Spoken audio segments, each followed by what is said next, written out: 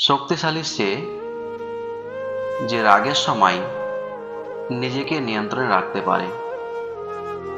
স্বর্গে দাসত্ব করার চেয়ে নরকে রাজত্ব করা অনেক ভালো।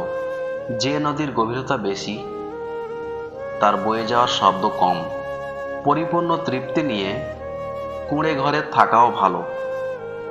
অতৃপ্তি নিয়ে বিরাট অট্টালিকায় থাকার কোনো সার্থকতা নেই।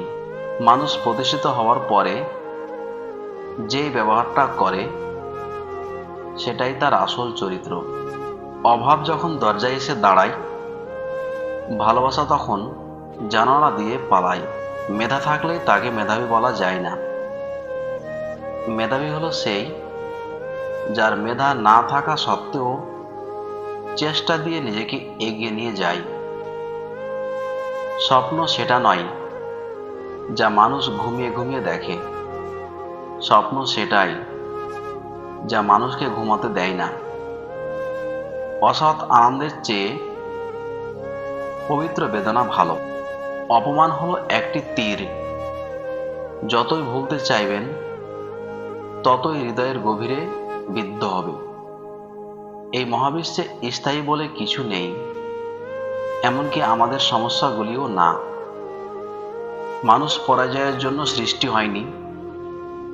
তাকে হয়তো ধ্বংস করা যায়, কিন্তু হারানো যায় না। কাককে মুখে তুলে খাওয়াতে গেলে সে তোমার চোখ উপড়ে খাবে। নিজ স্বার্থ সিদ্ধির জন্য মানুষ ধর্মগ্রন্থের উদ্ধৃতি দিয়ে থাকে।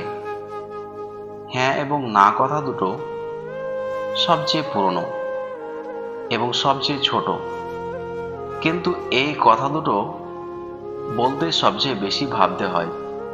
আপনি যদি গরিব হয়ে জন্ম নেন তাহলে এটা আপনার দোষ নয়, কিন্তু যদি গরিব থেকেই মারা যান তবে সেটা আপনার দোষ।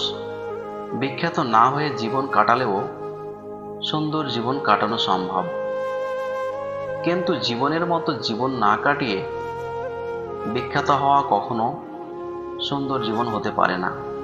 একজন আহত ব্যক্তি তার যন্ত্রণা যত সহজে ভুলে যায়, একজন অপমানিত ব্যক্তি তত সহজে অপমান ভুলে যায় না। যার দ্বারা ভুল হয় না সে কখনোই নতুন কিছু করার চেষ্টা করে না। বড় বড় নাম করা স্কুলে বাচ্চারা বিদ্যার চাইতে অহংকারটা বেশি শিক্ষা করে। জন্মদিনের উৎসব পালন করাটা বোকামি। জীবন থেকে একটা বছর ঝরে গেল, সেজন্য অনুতাপ করাই উচিত।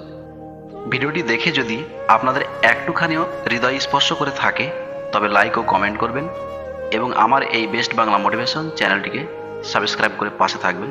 সবাইকে ধন্যবাদ।